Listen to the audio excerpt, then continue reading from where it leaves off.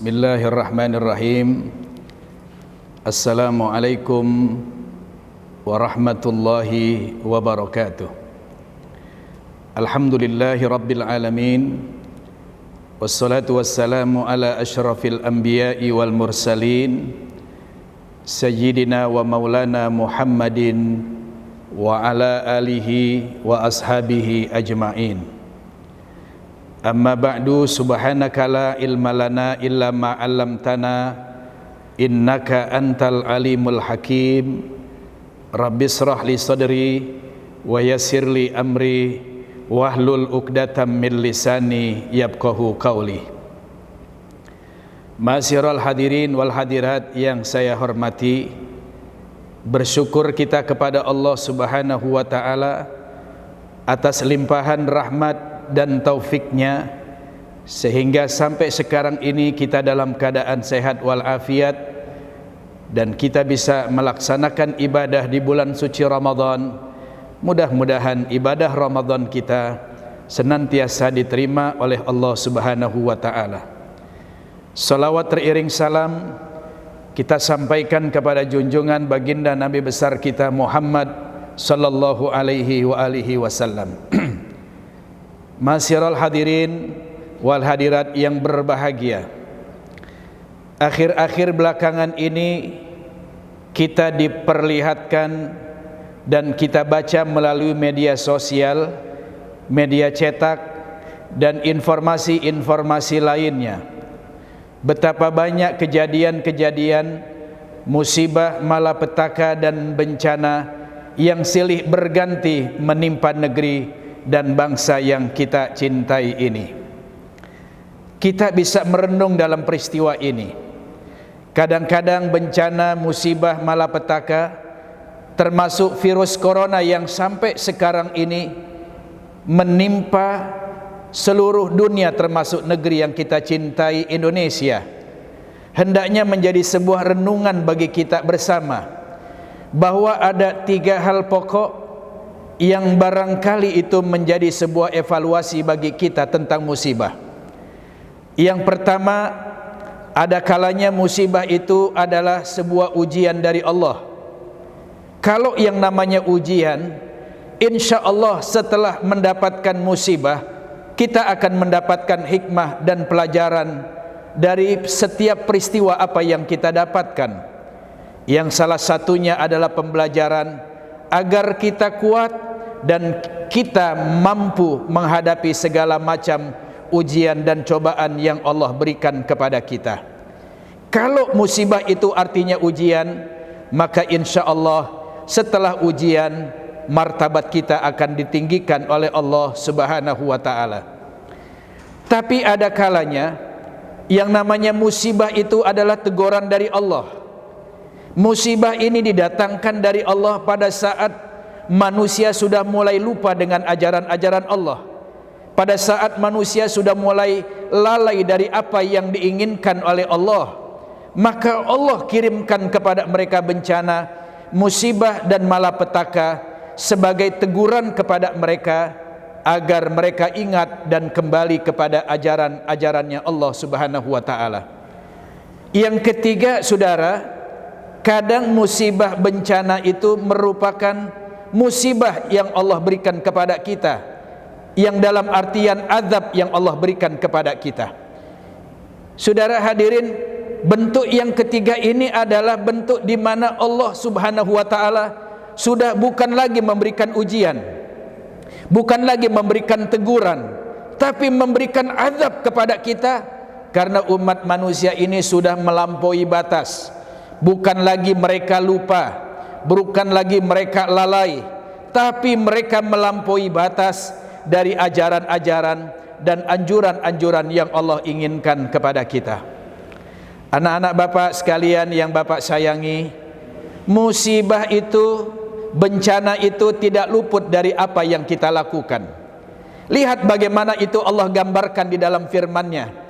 Dhaharul fasadu fil barri wal bahri bima kasabat aydin nas liyudhiqahum ba'dal ladzi amilu la'allahum yarsyudun.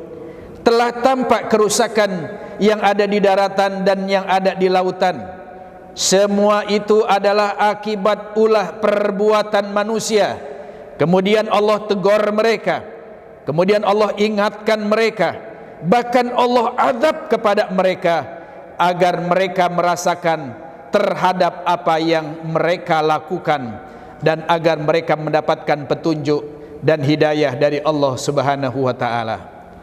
Anak-anak Bapak sekalian yang sangat Bapak sayangi, karena Allah Subhanahu wa taala Maha Rahman dan Maha Rahim, Allah sangat begitu sayang dan cinta kepada kita para hambanya. Pernah satu kali di dalam hadits qudsi, Allah Ta'ala pernah berfirman kepada baginda Nabi kita Muhammad SAW, ada 3 solusi kalau umat manusia ini ingin keluar dari azab musibah yang Allah bakal berikan kepada kita. Bagaimana caranya kita sebagai hamba Allah terhindar dari segala macam bencana dan musibah yang bakal Allah kirimkan kepada kita? Allah berfirman, wa bi'izzati wa jalali inni la ahammu li ahlil ardi adzaban fa idza nadartu ila umarin fi buyuti wa ilal mustahabbina fi wa ilal mustaghfirina fi ashar saraftu dzalika anhum. Demi zat yang ada pada diriku, kata Allah, sungguh aku akan memberikan satu ujian, musibah, azab malapetaka kepada manusia di alam dunia ini dengan tidak mengenal siapa mereka, apa pangkat jabatan dan kedudukan mereka, status sosial mereka, pasti mereka akan aku berikan bencana dan musibah. Kemudian Allah mengatakan, kecuali mereka melakukan 3 hal. Kalau mereka melakukan 3 hal, insya Allah Allah akan hindarkan mereka dari bencana dan musibah yang dimaksud oleh Allah. Yang pertama, kata Allah, fa idza nadartu ila ummarin fi buyuti, selama aku masih melihat penduduk bumi ini mereka masih meramaikan masjid-masjid Allah, apabila aku masih melihat banyak manusia yang mensyiarkan agama di masjid Allah, masjid-masjid menjadi ramai, masjid-masjid menjadi syiar dengan kegiatan-kegiatan keagamaan, kalau umat manusia masih mau memakmurkan masjid, Allah akan hindarkan penduduk sekitar dari bencana dan musibah yang dimaksud oleh Allah. Yang kedua, kata Allah dalam hadits qudsi, wa ilal mustahabina fi, apabila penduduk dunia ini saling sayang menyayangi, kasih mengasihi, yang punya memberi kepada yang tidak, yang alim mengajarkan kepada yang awam, yang kaya sayang kepada yang miskin. Kalau penduduk dunia ini masih terlihat apa yang mereka lakukan semacam itu, Allah akan hindari mereka dari bencana dan musibah. Dan yang ketiga, kata Allah, wa ilal mustaghfirina fi ashar, selama masih ada penduduk dunia yang beristighfar, minta ampun kepada Allah di tengah malam pada saat manusia tertidur pulas, dan ketika manusia asik dengan kehidupan dunia, dia bangun menghadap kepada Allah, beristighfar dan minta ampun kepada Allah, saraftu dzalika anhum, maka aku akan geser bencana dan musibah dari mereka. Inilah 3 hal yang dapat menghindari kita dari musibah dan malapetaka: makmurkan masjid, tolong sesama kita, dan yang ketiga adalah beristighfar, minta ampun kepada Allah Subhanahu wa taala. Mudah-mudahan Allah Subhanahu wa taala selalu memberikan kekuatan lahir batin kepada kita, melindungi kita dari segala macam bencana, azab, musibah, malapetaka, termasuk virus corona dan penyakit apapun namanya, terhindar dari diri kita, keluarga, masyarakat, negeri dan bangsa kita. Mudah-mudahan Ramadan kita tahun ini semuanya diterima oleh Allah Subhanahu wa taala. Terima kasih dan mohon maaf. Afwa minkum, wassalamu alaikum warahmatullahi wabarakatuh.